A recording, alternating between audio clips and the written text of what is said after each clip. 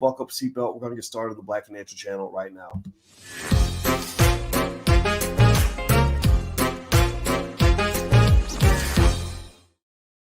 Hey, what's going on, guys? Welcome to the Black Financial Channel. That's theblackfinancialchannel.com. My name is Dr. Boyce Watkins. I am your friendly neighborhood finance professor.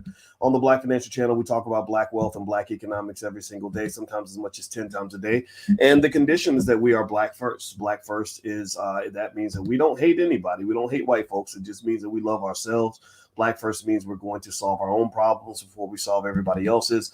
Black first means that we believe in our children and we're going to invest in our children. If you're teaching Black wealth to your children right now, put a yes in the chat. Give me a yes if your kids are going to be ahead of other people's kids. Give me a yes if you are investing in the future of your community. Give me a yes if you are here to win. If you are in that category, then I want you here. If you're not in that category, then we're willing to work with you.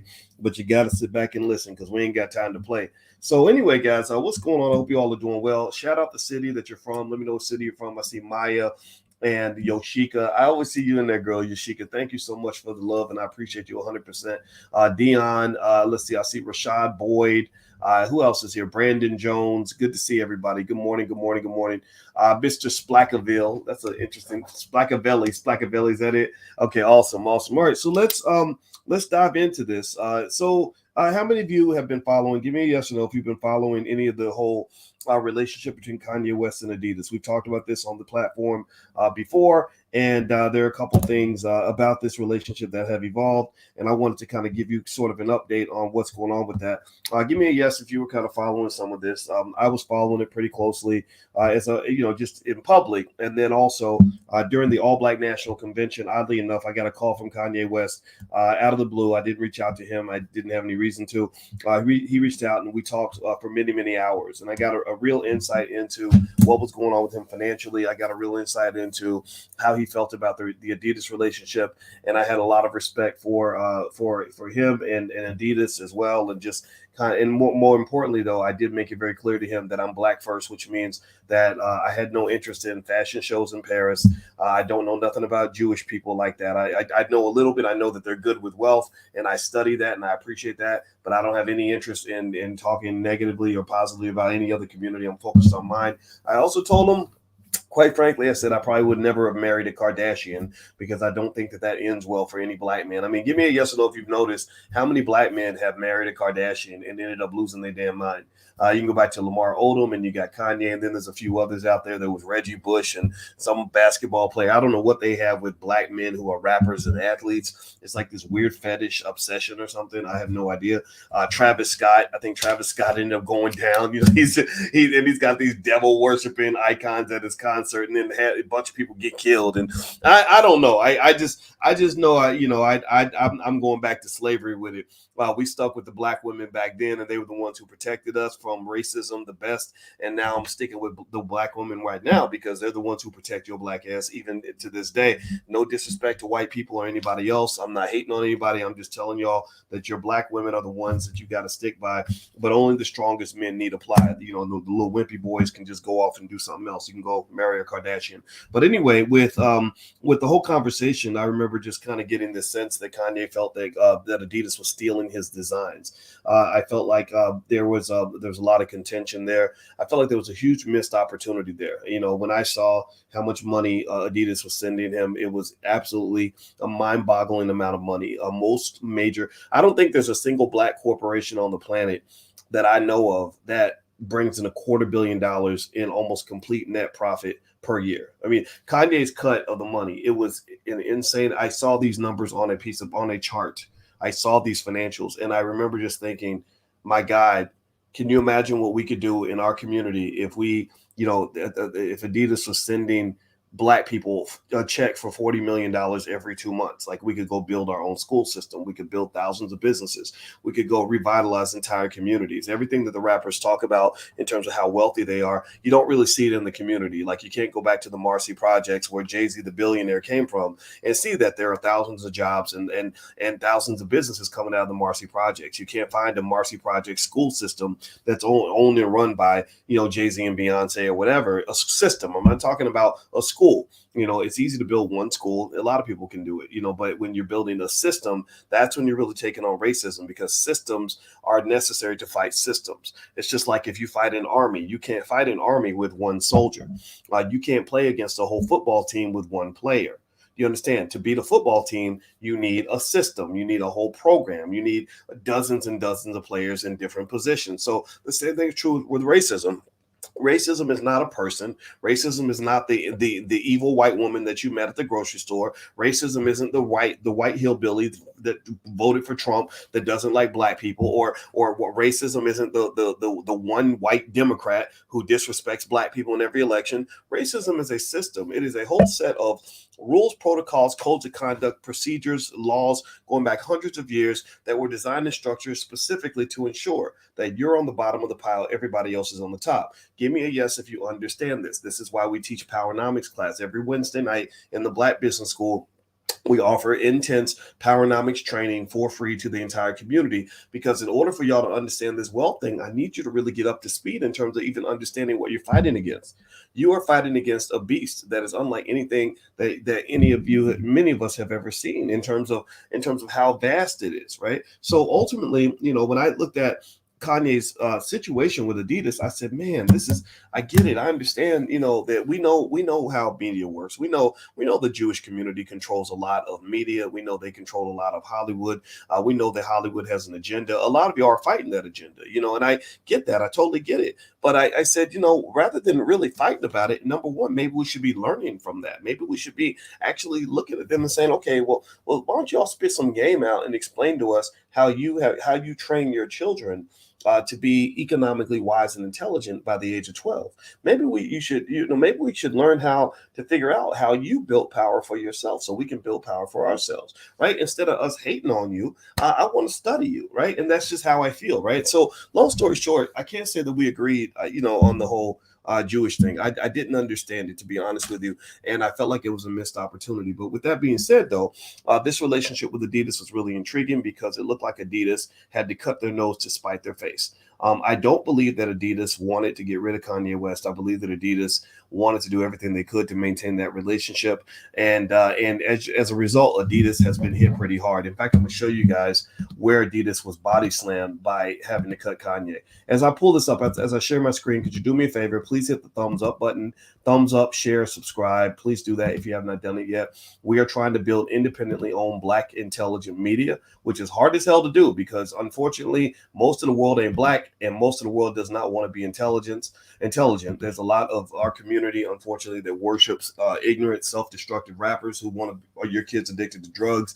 There are people that look up to entertainers. There are people that look up to white folks. But when you come in and you say, I want to be Black and intelligent, people either think it's uppity, or they don't want to be a part of that because they think that intelligence means you're acting white. So give me a yes if you agree with me that there's nothing white about being intelligent. Being intelligent does not make you want to be white. It doesn't mean you're less Black. Actually, Blackness is intelligence. So give me a yes if you and I agree on that point. So let me show you guys something in terms of this Adidas stock situation. So look at this chart. This is so sad. Look at Adidas stock since they got rid of Ye. Let's go back a year. Adidas stock has dropped 53.3% in the last year. That's a massive price decline. Massive, massive, massive. Now, if you'd owned Adidas stock over the last 5 years, you were still losing over the last 5 years. Adidas is a losing company. Adidas is not a company that has made a lot of money for shareholders. You see it's right here. I mean, it's hitting kind of like an all-time low. I think around October was about when they got rid of Ye, and that's about $51. Now it's gone up a little bit since that time, so maybe they're recovering from that loss, but the loss is massive. It's absolutely massive. Now the aftermath of that loss is that Adidas is stuck with about $530 million, according to Business Insider. They are stuck with $500 million worth of Yeezys, right? And I don't envy them one bit. I don't, but let me show y'all the Yeezy sneakers. They're so funny. I admit I must be old fashioned, because there's almost nothing about these shoes that would make me go out and drop, $300-$400. I feel like because Black people, we lead the culture and people copy off us and they want to be like us. We can go sell them like alien shoes and they'll go pay like $400 for it because they have the money and they also just kind of want to be like us that bad. I don't know what it is, but look at the shoes, right? The shoes are interesting, right? I don't What do y'all think? Give me a yes or no. Give me a yes or no. Would y'all wear these sneakers? Like, what would y'all? Would you? Which of these shoes? I mean, it's kind of funny. These are called GOAT, and these are $259. Um, Now these are only this is 26.99, but this is Chick Me, so I don't know if that's actually a Yeezy or not. This is Adidas Women's Originals. I don't know what that is. I don't know. Let me see. Here's another one. This looks kind of interesting, right? I don't know. What do y'all think? Do y'all see any shoes on here that you would wear? It's so interesting. Like the world will copy off a black man, but black people we're kind of just like no, like no, I'm not wearing that, but you can sell that to everybody else and we'll cheer you on. Like here's another one. I don't know if these are. I looked up. I just Google searched Yeezy sneakers and this is what came up. But maybe some of these shoes are not Yeezys. I have no idea. No disrespect, Ye, if you're watching, but the Yeezys are not my style. I ain't gonna lie. And plus, I mean, my wife would slap me if I was spending $400 on sneakers. I mean, come on now. But then again, I'm a 51-year-old grown ass man, and that's just not what we tend to do. Now, you can spend some nice money on some dress shoes. See, I think we need more black men wearing dress shoes than sneakers. How about that? How about we just make a push right now to encourage all of our brothers to, get your sneakers, wear your sneakers. Like I got sneakers on right. Let me see. What am I wearing? Oh, look at this. I didn't even realize it. I have some Adidas sneakers on right now.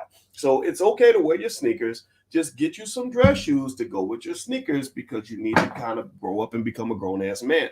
Don't be 38 years old, sagging your pants, run around here trying to be a teenager because you look kind of weird, and it looks weird to see a teenager with a gray beard, right? So like you don't want to be the teenager with gray in his beard. That's just kind of strange. So don't pay attention to what the rappers are telling you to do.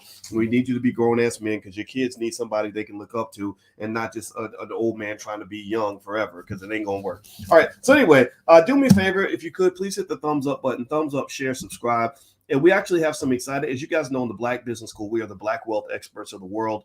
And we have a really exciting new announcement. We actually have created something called BMOT Live. If you know about our program, Black Millionaires of Tomorrow, which trains children on basic finance, trains them on investing, trains them on real estate. They can actually get a certification. We call it a baby bachelor's degree that you can get. And the digital program is really popular. A lot of you guys love it. Well, one of the things we found is that a lot of parents didn't have the time to take their kids through the curriculum. That it takes time to sit with the child and go through all the modules and make sure they take the self-study exams, etc. So what we created was something called BMOT Live, which is where basically it's a Black wealth boot camp for children where you can drop your child off into a Zoom meeting and we have an expert that will train your child and get them ready to go through the certification on the 15 concepts, 15 things every Black child needs to know about money. So that's going to happen December 27th through the 29th. So if you have an interest in getting your child trained on economics and you don't necessarily have the time, there's a discount going on right now. Just go to my website, boycewatkins.com, look at the top, and you can sign your child up for BMOT Live, and it's our Black Millionaires of Tomorrow Black Wealth Boot Camp for Children. I told you guys from the very beginning that I believe our core values are very simple. We call it the Black Core of 3. We believe Black people should educate our own children, create our own jobs, and support Black businesses. So this is our effort to educate our children. We want everybody to send their child to business school before the age of 12. And really as early as possible, even earlier. Some of y'all got your kids studying business at the age of 5, and I think that's great. We really want that because what that's going to do is that's going to make a difference with your child's thinking for the next 40, 50 years. You're also creating a family tradition. Now your family core values are going to shift. The DNA of your family is going to shift. The relationship with money is going to shift. What your children teach their children is going to shift. And we want to introduce them to advanced financial concepts at an early age. So feel free, if you'd like to join us December 27th through the 29th. There's a limit in the number of kids they can take in this first batch. I think they're limited to 100. So feel free to go to boycewatkins.com, look at the top of my page, and you can find the link right there. And also to let you guys know that this is not, there's no funny business. As in the Black Business School, every single program, we have a 30-day, 100% money back guarantee. If you're not happy for any reason, just let us know. We'll give you a full refund. So feel free to go take a look. I put it on my page, boycewatkins.com. Okay, so let's jump into, let's finish talking about Kanye. So in terms of Kanye's contribution to Adidas, it was pretty substantial. Kanye ended up actually being responsible for about 7% of Adidas' sales. That's about $1.8 billion worth of sales. When Adidas cut Kanye, which was, in my view, kind of a short-sighted decision. I kind of think they should have maybe found a way to ride it out. But then again, I don't know. It's kind of hard because Kanye is very committed to continuing to doubling down and tripling down on what he believes, which I think is fine. I mean, you can admire that, and I'm not opposed to that at all. You can think what you want about that. Maybe there's a point there, but I think at the same time, it makes it hard for a company like Adidas to continue that relationship. Now, the benefit could be if somehow it emerges that Kanye gets a black-owned distributor that pushes the shoes around the world, then maybe that can actually work, because I don't think a lot of people care about the controversy when they're looking to buy Yeezys. Like Yeezys, I don't think are bought by people who are sitting there worried about whether you're a Democrat or Republican, or what you think about global politics, right? So I don't think that Kanye's positions would really hurt his Yeezy sales. So there are distributors out there that want to produce these shoes, and I think that's good. Like I hope that works out for Kanye. Now, a couple of interesting things that I read in this Business Insider article, and I don't know what's going on there. I don't know if it's a smear campaign or if it's a legitimate concern, but I do know that there was one investigation they said that was going on, because apparently Ye shared a video of his wife Kim doing the Uchi Coochie with Ray J or something like that. Old, you know how she got famous by making that tape, and apparently they're claiming that he showed that video in a board meeting or something, which I have nothing to say about that other than to just state it. I don't know what to say. And then also they claim that he told a female employee to sit on the floor during a meeting, that he said, you don't deserve to be at the table, sit at the floor.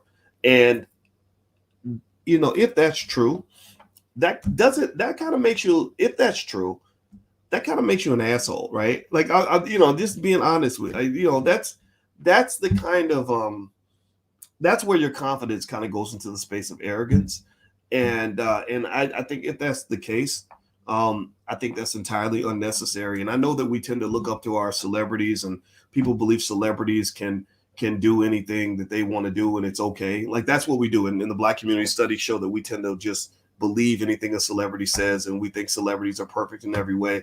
But I just really don't. I'm not a fan of that, and it really kind of, if it's true, I don't know but I don't know. They're going to investigate it. But my point on this is to say that when you're talking about doing business with other people, this is the point I want to make for you. And this is a little bit of free game on doing business with people. I can tell you this: when I think about who I want to do business with, I look at their character as much as I look at how much money they can make. I look at their character. I look at what they're like to work with. Are you a good person, bad person? I tend to like people that have humility. You can be great, but I think your actions should show your greatness. You don't have to constantly tell everybody how great you are, and I think that is, and Byron Reeder's right. He says, I think he's subconsciously checking out. I hope I'm wrong. Yeah, I don't know if he is or not, but I can definitely say to you that, it's kind of,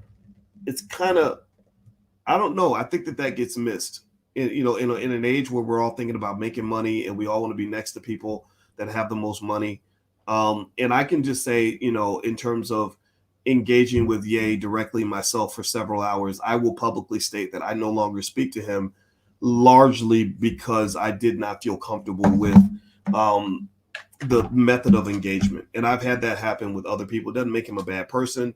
It doesn't mean he's a piece of crap, or that he's an idiot, or that his stuff is garbage. It just means, I kind of like to be around people that vibe well with my spirit. And I know what hip hop kind of does. I feel like hip hop kind of creates these monsters in the community, because when white people put you on TV and give you lots of money, it can validate everything we do. And what that does is it creates kind of a lack of discipline that I've seen sometimes amongst Black men, where we can believe, and I'm not talking about Kanye here, I'm just talking about hip hop in general, where we believe we can go around pissing on women and disrespecting people and throwing our money away and getting high on drugs and talking crazy to anybody we want. And it's always going to be okay because our last album was banging. And I'm not telling you how to change your opinion, and everybody isn't going to understand where I'm coming from. And maybe I even sound like a mean old man at this point.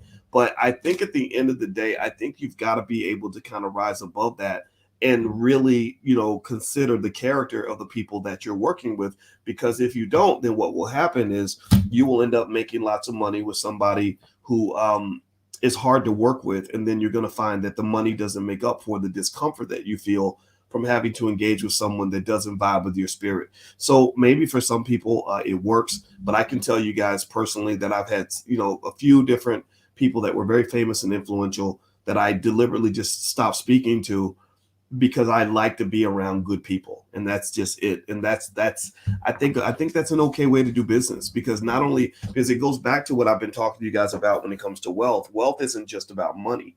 Most wealth has nothing to do with money. Wealth has to do with a lot of other areas: your health, your physical and mental health. If your physical and mental health is a mess and you got a big bank account full of money, then it doesn't matter. You're going to lose all your money because your mental health will go to shit. And then you're going to end up having to pay a bunch of doctors to give you a bunch of medications just so you keep from going crazy or getting sick and dying. Your relationships have to matter, right? You have to feel good about the relationships you have with people. It has to be about more than the money. So that's my 2 cents on it. And I hope that came out the right way. And I don't want to sound bossy in terms of telling you what to do. I'm just here to encourage you that if something doesn't sit right with your spirit, I don't think you should participate in it. There are ways to make money and still be a good person. There are ways to make money and still be around good people. There are ways to make money and still stay black. There's ways to make money and remain consistent with who you are as a human being. Never, ever let anybody make you think that you got to sell out to any and everything and fit in with any and everything just to go make a couple dollars. Because I'm going to tell you, as a person who has made a couple dollars in his lifetime, it ain't worth it. It ain't worth it. All money ain't good money. I hope you agree. Give me a yes in the chat if you understand what I'm saying. And this was my way of trying to politely share what that experience was like when I was talking to Ye and trying to talk to him about some things in the Black community. I just feel like the Adidas thing was a missed opportunity. I would have loved to have seen that $250 million a year go toward building powernomic centers all across this country.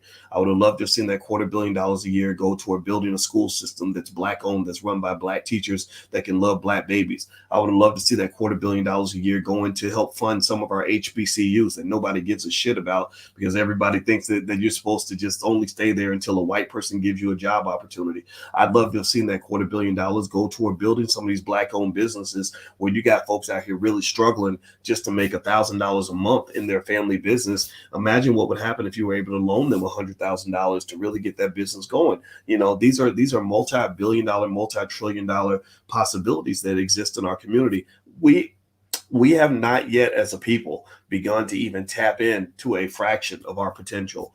We can't. It's hard to tap into it because the capital base is missing. Also, and it's not just the financial capital base; it's the intellectual, the spiritual, and the emotional capital base. You have to have confidence to want to run a business. You have to be spiritually focused to want to run a business. You've got to have certain skill sets to want to run a business. You got to be trained culturally to know that running a business and buying real estate and making investments should be a way of life. When I go shopping for Christmas, I shop for toys a little bit, but I shop for stocks every single day of the year. So if I'm constantly shopping for stocks and business deals and real estate, then guess what? Over the course of my lifetime, I'm going to have more money than a person who's just shopping for new shoes. Do you understand? So you want to get this in your kids' heads very early, so they're thinking this way at an early age. And then what's going to happen is, just by habit, just by nature, they're going to end up accumulating more wealth than all their friends, because they're going to know where the money's at. They're going to know how to go get it. They're going to have a plan. They're going to know how to work the plan, and they're going to be hustling while everybody else is sitting around marching, praying, and whining about white people.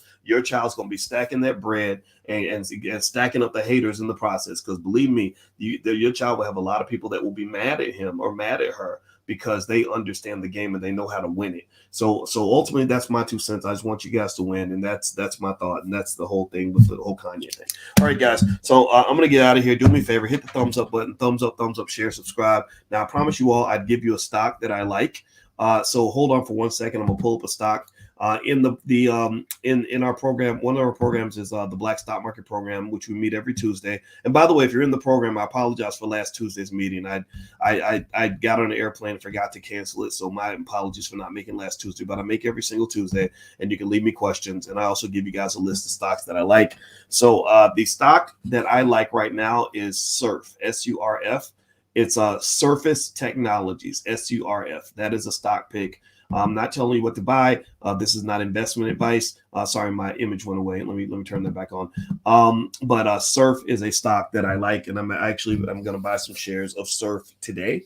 SURF, that's the ticker symbol. So feel free to take a look, and if that works for you, then feel free to do it. Also, last but not least, don't forget I have a new book out. It's called The 10 Commandments of Black Economic Power, which is a guide on a blueprint for Black family wealth. It's a code of conduct that you can implement in your family. Very simple steps that will create a generational wealth legacy that will last for the next 200 years. Last but not least, if you'd like your child to join our Black Wealth Boot Camp for Children that starts December 27th, it's Christmas. It's a perfect time to drop your kids off. Let us teach them. You don't have to take them through the material.